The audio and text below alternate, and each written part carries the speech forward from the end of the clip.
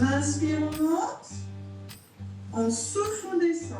À 1 heure de Lyon, dans le décor reposant de la pleine campagne, ce matin, c'est cours de gym. Une des activités pour les résidents de cette maison, dont la moyenne d'âge est de 85 ans. On va échauffer un petit peu plus le genou. Cette fois, on va tendre la jambe et on repose. Ce n'est pas une maison de retraite, il n'y a pas de personnel médical et ils ne sont que 9. On écarte, on resserre. Il s'agit d'une communauté de seniors qui ont choisi de vivre ensemble, en colocation. On va inspirer, on descend sur les genoux, donc on fléchit les genoux. On souffle, on monte. Pendant 1 heure, la petite bande enchaîne les mouvements, dans la bonne humeur et avec plus ou moins d'agilité. Alors, Jackie, le pied, il reste ancré au sol. Levez pas votre pied, on n'est pas dans un cirque. Hein. Regardez. Attention de ne pas tomber, je Mais le c'est dis. bien parce que vous vous débrouillez quand même bien. Oui, mais je peux pas lever les bras. Tous les habitants de la maison ne sont pas venus, car la gym n'est pas obligatoire. On peut choisir ses activités. Pour moi, c'est important. Et les garçons, ils ne font pas de gym. Les hommes, je dis les garçons, mais ils vont se promener, ils vont marcher. Il y a le mari de Geneviève, par exemple, il fait tous les jours. Il est un peu sourd, et un peu beau, mais il va quand même marcher pendant tous les jours. Ils ne se connaissaient pas il y a 6 mois. Aujourd'hui, ils vivent sous le même toit. Chacun sa chambre et pour pièces communes, le salon, la cuisine et la salle à manger. Le prix, 1 600 € par mois, tout compris. Vivre en colocation à près de 80 ans, l'idée peut sembler surprenante. Avec l'allongement de l'espérance de vie, elle se développe pourtant à grande vitesse. Pour rompre la solitude, améliorer sa qualité de vie et éviter l'anonymat des maisons de retraite, C'est quand même bien. plusieurs milliers de seniors en France ont déjà choisi de vivre ainsi. Je suis heureux d'être parmi... C'est une seconde famille pour moi. Continuer à être actif tout en partageant son quotidien avec d'autres, Ça, c'est bon. Je lance par là. Non. À 6 mètres au moins. et multiplier les activités communes. T'as perdu. À l'initiative de ces projets, il y a souvent des personnes inquiètes pour leurs aînés. Certains ont décidé de racheter de grandes maisons pour les transformer en colocation et y installer leurs parents. C'est un peu l'idée de l'auberge espagnole version senior. D'autres seniors montent tout seuls leur colocation, en autogestion. Pour continuer d'avancer, ils ont décidé qu'il fallait mieux être ensemble. Un nouveau mode de vie. À Roisey, dans la Loire, les colocataires vivent au plus près de la nature. Le parc. Le parc, Ah ouais. c'est un bel endroit. Le parc, il est superbe. Il est splendide. Autour de leur maison, un parc de 10 000 mètres carrés qui fait leur bonheur. Ah oui, mais moi j'ai toujours été à la campagne, alors il y a un jardin, il y a... Oui, c'est merveilleux, mais bien sûr. La majeure partie du temps, ils sont dehors, pour se promener ou pour jardiner. Et où ce camélia? Ben là, mais regardez là. Le rose, il est là. Il était caché. Il est très beau. Le lieu n'a pas été choisi par hasard. Tout a été pensé pour la quiétude des habitants. Des fleurs, des cours d'eau à proximité et même une piscine semi-couverte où l'on peut se baigner à partir du printemps. Je ne serais jamais allée dans une maison où il n'y aurait que des murs. Ouais, Il faut de la verdure, de la nature. de l'espace, quoi. Pas seulement de l'espace, de De la nature et de la lumière. la lumière. Voilà. Ah oui. À 88 ans, Michel, ancienne institutrice, vivait avec son mari Serge, ex-fonctionnaire, dans leur propre maison. Mais avec la pandémie, ils se sentaient de plus en plus seuls. Ils ont décidé d'aménager ici l'été dernier, et comme ils sont arrivés les premiers, ils ont pris la plus grande chambre. C'est la pièce à vivre ici. Mais vous voyez, c'est quand même assez spacieux, c'est tellement clair. Désormais, cette chambre de 33 mètres carrés est leur espace privé. Ils y ont installé leurs meubles. Tout ce qui est au mur est à nous. On a décoré, Sauf sauf le truc ce- derrière qui était trop dur. Oui. On a mis nos 2 tables de nuit, on a rapporté nos petites lampes, on a acheté ce petit meuble-là. Mais il va leur falloir encore un peu de temps pour faire le deuil de leur ancienne vie. C'est pas la maison que je regrette, c'est ce qu'il y avait dedans. D'accord. Des objets, Ah bah, surtout les bouquins, toutes les études que j'ai faites, etc., etc. Donc je ne peux pas amener tout ça ici. Donc j'ai pris l'essentiel, mais l'essentiel c'est petit.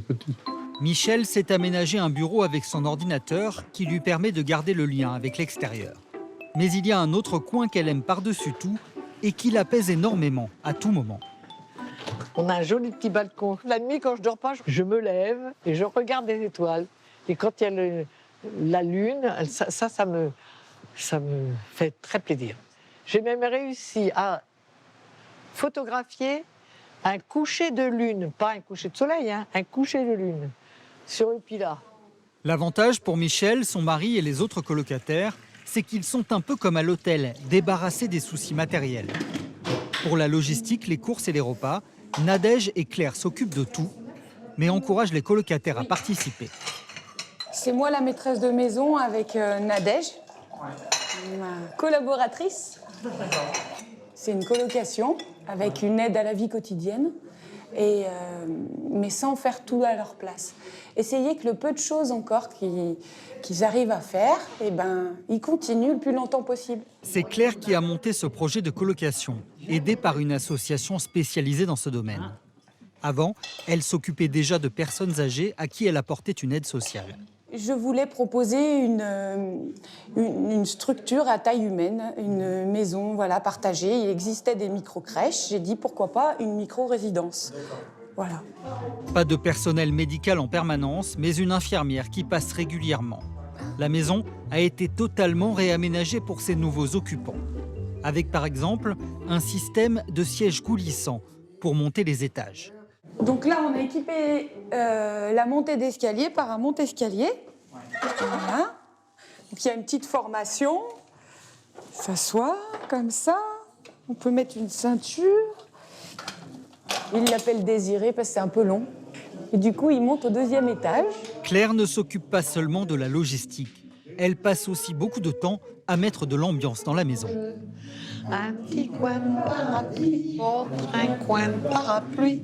Je ne perdais pas au change, pardi. Aujourd'hui, la demande des seniors est importante pour ce type de colocation. Et des initiatives voient le jour un peu partout en France. Dans le nord, à quelques kilomètres de la frontière belge, Marine était cadre dans la grande distribution. Elle a tout abandonné récemment pour monter une colocation pour seniors, un projet avant tout pensé pour son père. Tu veux, je te sers un truc à boire? Tu veux... Oui, si tu as un petit jus d'orange ou bien... Ouais. L'homme vit tout seul depuis longtemps et il s'en inquiète de plus en plus. Je vais avoir 84 ans cette année. Je me dis, nom d'un chien, j'ai plus envie à l'occasion d'entendre un bruit la nuit et puis de me dire qu'est-ce qui arrive.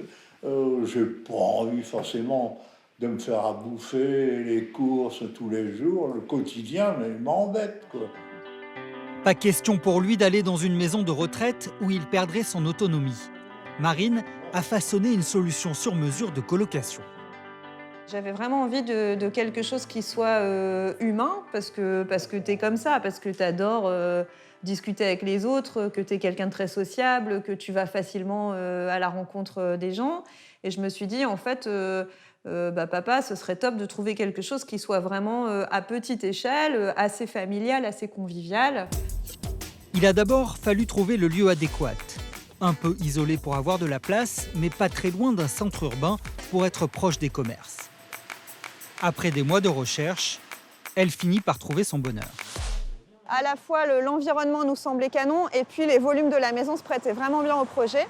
Reste maintenant à faire d'importants travaux pour aménager les lieux. Ce jour-là, Marine vient d'ailleurs visiter le chantier. Salut Guillaume, ça va? Le carrelage, on attaque quand du coup? On commence la dernière semaine de mars. Ok. Cet espace-là, ça pourra être le coin pour les activités. Le but, c'est vraiment aussi qu'elle les propose, que ce soit à leur souhait. Moi, j'imagine qu'on va jouer aux cartes. Si ça tombe, on va pas du tout jouer aux cartes. On fera plein d'autres choses, Mais avant d'en arriver là, Marine et son architecte vont devoir donner un sérieux coup d'accélérateur aux travaux. Pour le moment, on est très loin du compte. Car voilà à quoi doit ressembler la maison au mois de juin, lorsque les colocataires sont supposés arriver. D'ici là, tout doit être aménagé afin que les personnes qui vont habiter ici puissent rester longtemps, même si leur état de santé se dégrade. Peut-être elles vont rentrer en marchant normalement et puis qu'à terme elles seront peut-être en fauteuil. Et donc on fera tout ce qu'il faut pour s'adapter à ces personnes si le cas se présente. Marine s'occupera de tout et c'est elle qui va gérer la maison au quotidien. Ce n'est pas le cas dans toutes les colocations. D'autres seniors préfèrent prendre complètement leur destin en main lorsqu'ils se lancent. En Eure-et-Loir, à quelques kilomètres de Chartres et de sa célèbre cathédrale, une autre forme de colocation a été créée récemment. Bon, ça va, tout le monde est arrivé? Oui, oui, oui. Super. Ils sont 5 amis de longue date, dont Anne-Marie, toujours souriante. Ils ont investi en tout 1 200 000 €. Leur idée, c'est de vivre ensemble, mais avec chacun sa maison. Donc là, c'est mon logement. À côté, il y a le logement de Lucette, la Porte Rose. Et puis ensuite, il y a le logement de Paulette, avec la petite sonnette. Le dernier logement, c'est Yvette et François. François souhaitait voir la cathédrale de son bureau. Bonjour. Bonjour Anne-Marie. Sur ce terrain, ils se sont fait construire 4 maisons mitoyennes et une autre dédiée à la communauté. Allez, voilà. Très vite, la difficulté a été de se répartir les corvées. Alors, ils ont fait un tableau et désormais, pour éviter les disputes, ils se réunissent régulièrement pour s'organiser. Mais parfois, ils ne sont pas tout à fait d'accord. Pour le mois de mars, Paulette elle s'occupe de la buanderie, Yvette et François du portail, moi je m'occupe des poubelles et Lucette elle s'occupe du carport. Voilà. Oui, mais n'empêche que moi, je ne peux pas aller arroser. Oui, alors si, c'est vrai. tu peux, comme c'est de ta responsabilité, tu... Voilà. Difficile d'éviter les petites querelles quand on vit en autogestion. Ici, chacun reste propriétaire de sa maison, 70 mètres carrés et un petit jardin. Mais pas question pour autant de s'isoler. Le but, c'est de partager le plus de moments possible. Parce qu'on sait qu'on ne va pas vieillir seul. Et en fait, on sait qu'on va partager des choses encore ensemble, réaliser encore des projets ensemble. Et ça, c'est quelque chose qui fait chaud au cœur. Moi, je veux rester autonome. Je veux continuer à pouvoir me faire mes repas, mon idée, rencontrer les gens que je veux, partager des choses avec les gens que j'ai choisis. C'est de ça que j'ai envie. Surtout, la volonté des colocataires est d'ouvrir leurs portes au monde extérieur. Pour déjeuner ou pour dîner, il y a toujours de la place pour les copains qui passent. Allez, asseyez-vous, on va manger. À table, à table. Ce jour-là, par exemple, Anne-Marie a invité 6 personnes. Allez, à la nôtre. En général, le rituel d'après-déjeuner, c'est une activité extérieure. Et cette fois, malgré le froid, c'est une partie de pétanque. Les copains qui viennent nous retrouver pour faire des activités, c'est ça qui est super, quoi. On dirait un peu une colonie de vacances. Et c'est comme ça presque tous les jours. C'est vraiment un bonheur.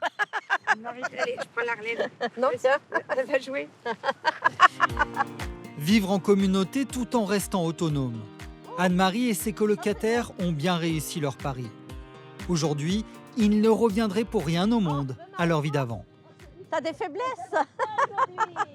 Ah bah, dans le coup, tu lances.